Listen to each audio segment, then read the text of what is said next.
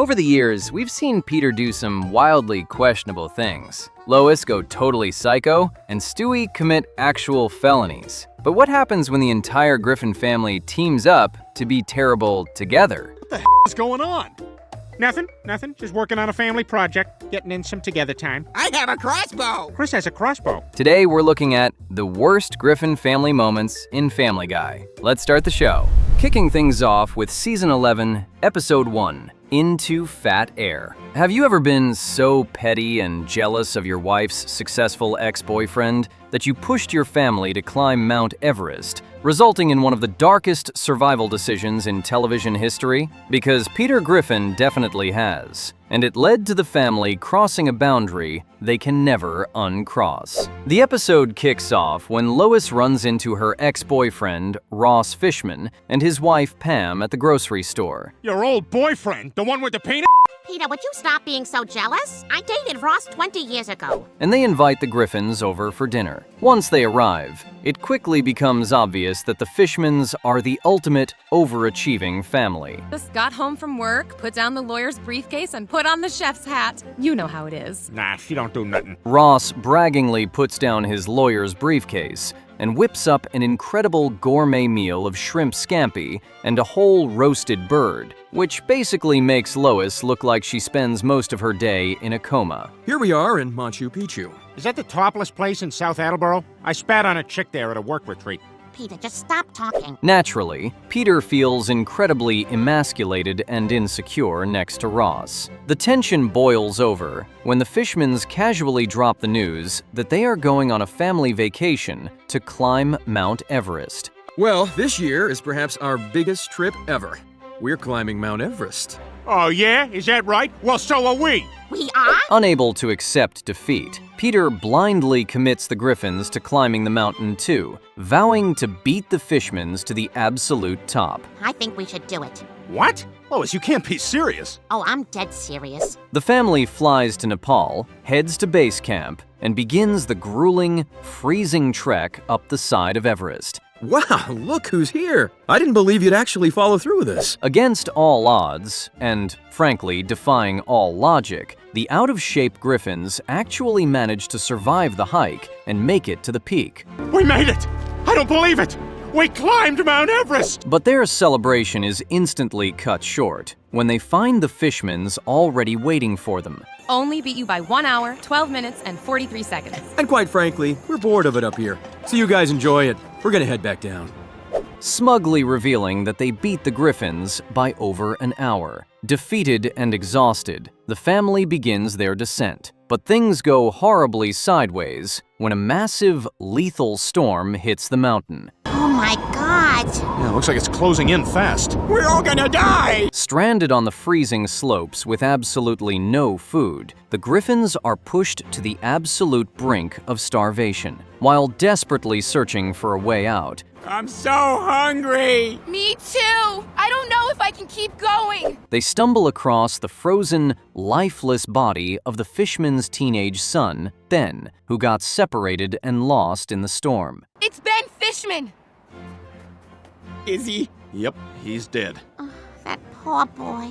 With zero other options for survival, the family crosses the ultimate line. In a move that permanently scarred audiences. Look, if we don't eat something soon, we're all gonna pass out from exhaustion and freeze to death just like him. Are we really considering this? The Griffins decide to use the frozen teenager as a literal snack to survive the trek down. It's incredibly dark, but hey, the protein fuels them all the way back to base camp. Oh God, Peter. I hope Ben would forgive us for what we did. Look, we needed to eat, the same way birds need to fly. When they arrive at the bottom, they realize Ross and Pam never made it back. Suddenly feeling heroic, the Griffins mount a rescue mission. Wait! We have to go back. What? What are you talking about? Finding the parents passed out and trapped in a crevasse, they bravely hoist them up and carry them all the way back to safety. I found a rock I like. When the Fishmans wake up, they are incredibly grateful to the Griffins for saving their lives. It's a touching, heroic moment. Well, thank you both. You saved our lives. And Peter, I'll never forget what you did for us. You're a good man. Right until Peter completely ruins it by dropping the ultimate bombshell. He leans in and smugly tells his rival, "You rest up, get better, we ate your son." Only Peter Griffin could use a cannibalistic survival scenario as a flex to win a petty rivalry. Next up is Season 3, Episode 21, Family Guy Viewer Mail. Number 1. Imagine being gifted incredible, world-altering superpowers, and instead of using them to fight crime and save the innocent, you and your family just become absolute tyrants who terrorize your own neighborhood. In the Super Griffins segment of this fan-submitted anthology episode, the family goes full villain mode, proving exactly why they should never be given an ounce of real power. This unique episode kicks off with Brian and Stewie hosting a special broadcast where they read viewer mail and bring fan-pitched ideas to life. Whoa! Enjoy. One of those ideas answers the ultimate question: what would happen if the Griffins got superpowers? It all begins on a totally normal day in Quahog when a tanker truck carrying highly radioactive toxic waste crashes and spills its glowing green sludge directly into the Griffins' front yard. What is this stuff? Yeah, it's some kind of nuclear waste. Naturally, the family ends up completely coated in the radioactive waste, but instead of suffering a terrible medical fate, the sludge mutates their DNA and grants them all unique superpowers. How delightful! This toxic stew seems to have given me telekinetic abilities. Stewie's already massive head grows even larger, gifting him with insane telekinetic abilities. Peter gains the power to shapeshift into anyone or anything. Chris develops pyrokinesis, the ability to control fire, while Lois gains super strength, and Meg gets the completely useless ability to just grow her fingernails really fast. We have a responsibility to use these powers properly and not to abuse them for personal gain. Understand? Yes. Yep. At first, you'd think they would form their own version of the Avengers or the Fantastic Four. Instead, they immediately let the power go to their heads and start using their abilities for the most petty, selfish, and personal reasons imaginable. Peter uses his shape-shifting powers to magically transform into a beautiful woman so he can seduce Justin Timberlake just to steal some of his hair. You'll be fine. Hey, come here, give me a kiss. I'm Gene Shalit now. Meanwhile, Lois catches a nasty case of road rage and uses her super strength to literally stomp on civilian cars and crush them just so she can skip through morning traffic. Chris takes his teenage angst to the next level by using his fire powers to completely burn down the local high school. This is just one of many public disturbances caused by the Griffin family of Quahog, who seem to have acquired superpowers. The Griffins quickly realize that absolutely nobody in Quahog can stop them, so they completely take over the town, essentially holding all the residents hostage and demanding strict, unquestioning obedience. We demand obedience! Or else! Is that all you can do? Ow! That kind of hurt. Fed up with being bullied by the superpowered family, the townspeople band together to find a way to fight back. That's it. We have to fight fire with fire. If nuclear refuse gave them superpowers, it could do the same for me. Mayor Adam West decides to take matters into his own hands. He bravely marches down to the local toxic waste dump and rolls around in the radioactive sludge, hoping to gain superpowers of his own so he can finally defeat the Griffins in an epic showdown. However, reality hits hard. Instead of getting cool mutant powers, Mayor West ends up getting diagnosed with severe lymphoma from the radiation exposure. It looked more like this. Notice the sunspots at the top of the right can. Excuse me, I have a message from the Quahog Hospital. When the Griffins hear the tragic news, their conscience finally kicks in. They visit Mayor West in his hospital room and feel incredibly guilty for what their toxic behavior has caused. In a rare moment of humility, the entire family vows to change their ways and promises to only use their powers for good to help people from now on. We are going to use our powers to help you get better. Thank you, but as long as I have Mrs. Garrett's giant rack by my bedside, I'll be all right. But honestly, knowing this family, we'd give it maybe a day before they are right back on their toxic nonsense. Next up is Season 17, Episode 19, Girl Interneted. How far would a parent go to help their child achieve viral internet fame? Well, if you are Peter Griffin, the answer is until your daughter's limbs literally start decaying and falling off. In this incredibly dark episode, the family dynamic turns fully toxic as Peter becomes Meg's manager and happily exploits her health for a taste of digital clout. The episode kicks off with Peter, Chris, and Meg sitting on the couch when they are suddenly flashbanged by an incredibly loud and annoying commercial. What's the name of the girl on the end of the couch? I'm sure I've met her before. Hi, I'm Chris. Hi, Chris. The ad is promoting StreamingCon, a massive convention celebrating all the biggest internet influencers and social media stars. Dad, can we go to StreamingCon? Well, I wasn't watching all that closely. Is it like a rodeo? Sure. We're going to StreamingCon! Giddy up! Figuring it might be fun, the family heads to the convention center where they are surrounded by popular teen creators. While wandering around, they decide to sit in on a panel hosted by a massive internet star known as Corey from Corey's World. Hey, where's Brian? Hey, you know how Snapchat puts a fake dog tongue on you? How'd you like a real one? Peter, being his usual loudmouth self, stands up in the middle of the crowd and boldly challenges the internet star. He bets Corey that there is absolutely no way he could use his platform to make someone like Meg famous. Corey accepts the challenge on the spot and takes a picture of Meg, sending it out to his millions of followers. Within the blink of an eye, Corey manages to get Meg trending worldwide using a highly insulting viral hashtag, #FridgeBodMeg. All right, Meg, now that you're an internet personality, we gotta build your brand. Is there anything you can do? Yeah, actually, I can. Just like that, Meg is an overnight internet celebrity. But as we all know, internet fame is incredibly fleeting. Mom, we've got a problem. See, I promoted Magic Shell ice cream topping on my channel, so they sent me a ton of it. Yeah, so? So an excited Peter immediately steps in to act as Meg's manager. Instead of protecting his teenage daughter from the toxic internet, Peter realizes they need to fully lean into the FridgeBod gimmick to keep her follower count climbing. He pushes Meg to completely abandon her self-respect and create content where she consumes repulsive, unhealthy amounts of junk food on camera. She skips normal meals entirely, doing stunts like chugging straight corn syrup right out of the bottle. Peter continues to push her to the absolute limit, eventually booking Meg for a massive public meet and greet at a local ice cream shop. This place is paying Meg to do what? Nothing.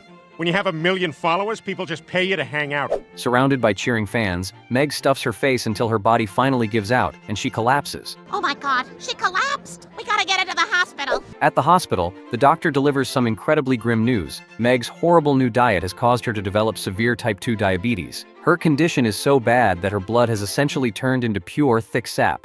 Robert Frost! What? Dad? It's okay, Meg. You had a diabetic coma dream.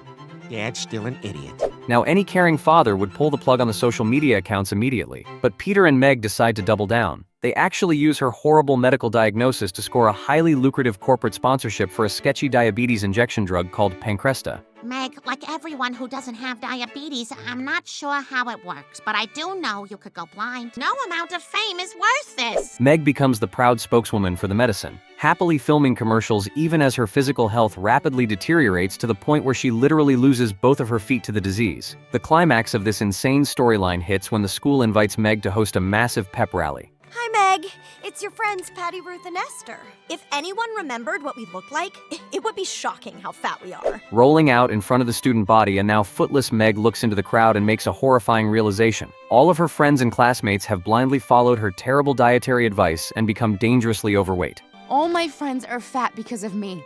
I don't want them to lose their feet too. Everybody needs their feet. The guilt of what she and Peter have done finally crushes her, and Meg tries to flip the script. She begs the crowd to stop eating junk food, preaching about the benefits of lean meats and vegetables. But the internet is a fickle beast, and her fans immediately turn on her for changing her brand. Bring back the fridge! Bring back the fridge! Bring back the fridge! The heavy, furious crowd starts aggressively stomping their feet and chanting in protest. Because of all the extra weight they've gained, the stomping is so powerful that the entire set of bleachers collapses, tragically crushing a school janitor to death underneath the rubble. It is a painfully dark, destructive ending that perfectly showcases what a certified public hazard the Griffins can be when Peter gets a taste of internet clout. Good news. The feet transplant was a success. So, good news all around. Next up is Season 10, Episode 2, Seahorse Seashell Party. What happens when you trap a highly toxic, dysfunctional family inside a house during a natural disaster without cable TV? Absolute psychological warfare. In this intense episode, the dark dynamic of the Griffin family is fully exposed when their favorite punching bag finally snaps, leading to one of the most depressing endings in the show's history. The episode kicks off with a severe hurricane ravaging Quahog, which knocks out the TV signal and leaves the Griffins completely trapped inside the house. Boy, the rain's really coming down. I know, I never seen anything like it. But it's kind of nice for us all to be together like this, huh? Bored out of their minds, the family resorts to playing terrible games like an inappropriately named finger gun game. Bang, bang! I'm gonna finger bang you, Chris! Not if I finger bang you first, Dad! Bang! And Peter literally hums the entire opening chase theme from Indiana Jones and the Last Crusade for a full minute. When Meg simply opens a soda can and breaks his concentration, the family instantly gangs up on her. Was annoying? What about your stupid, obnoxious humming? Meg, don't talk to your father like that. But this time, Meg doesn't just take it. She absolutely snaps. She starts by targeting Chris, ruthlessly calling him a fat, zitty loser who has no friends and smells like an old woman who has birds for pets. Oh, Meg, that is the least fancy thing I have ever heard. When Lois tries to step in and shut down the rant, Meg pivots her rage directly onto her mother, calling out all of her toxic hypocrisy. Meg labels Lois a shoplifter, a questionable substance abuser, and an adult film star. Oh, my problems? Oh, I see. Is this coming from my role model mother? The shoplifter, the addict, the star? She tells Lois that she completely failed as a mother, smashing her child's trust to bits, and threatens to cut her off completely the second she turns 18. This brutal reality check actually makes Lois break down in tears and admit that she is a terrible mom. I'm so sorry. I'm so sorry, Meg. Can you ever forgive me? Oh, God. Peter initially finds this hilarious and laughs at his wife getting roasted, trying to lighten the mood with a Harry Potter joke. But Meg quickly turns the heat onto him, declaring that he should be serving jail time for the things he has done. You're being a total jerk to your family. You shove your daughter's face in your ass and you fart on it. She completely dresses him down, calling him an embarrassment, a complete failure, and a total waste of a man. With Meg dropping these absolute truth bombs, the fragile Griffin family dynamic completely shatters. They instantly turn on each other, screaming about everything, from Lois's terrible cooking to Peter, making her literally empty the farts out of his pockets while doing the laundry. Hey, what's going on? Meanwhile, in a totally bizarre B-plot, Brian is experiencing a terrifying trip after ingesting some psychedelic mushrooms. Fun fact for the true fans: the creepy visuals of Brian's trip were inspired by a classic painting called Dooley Greet, which actually translates to Mad Meg, a perfect Easter egg for this specific episode's theme. While the family tears each other apart upstairs, Meg sits down with Brian and comes to an incredibly depressing realization. She realizes that her family is so deeply toxic and dysfunctional that they literally cannot survive without a lightning rod to absorb all of their collective hatred and insecurities. You know, I think you might be the strongest person in this house. You mean that, Brian? Absolutely. In the ultimate tragedy of terrible parenting, Meg sacrifices her own mental health to save her family. She walks back upstairs, completely takes back everything she said, and falsely apologizes, accepting her permanent role as the family punching bag just to restore the status quo and keep them all together. I'm sorry, you guys. You're a Yes. Yes, I am.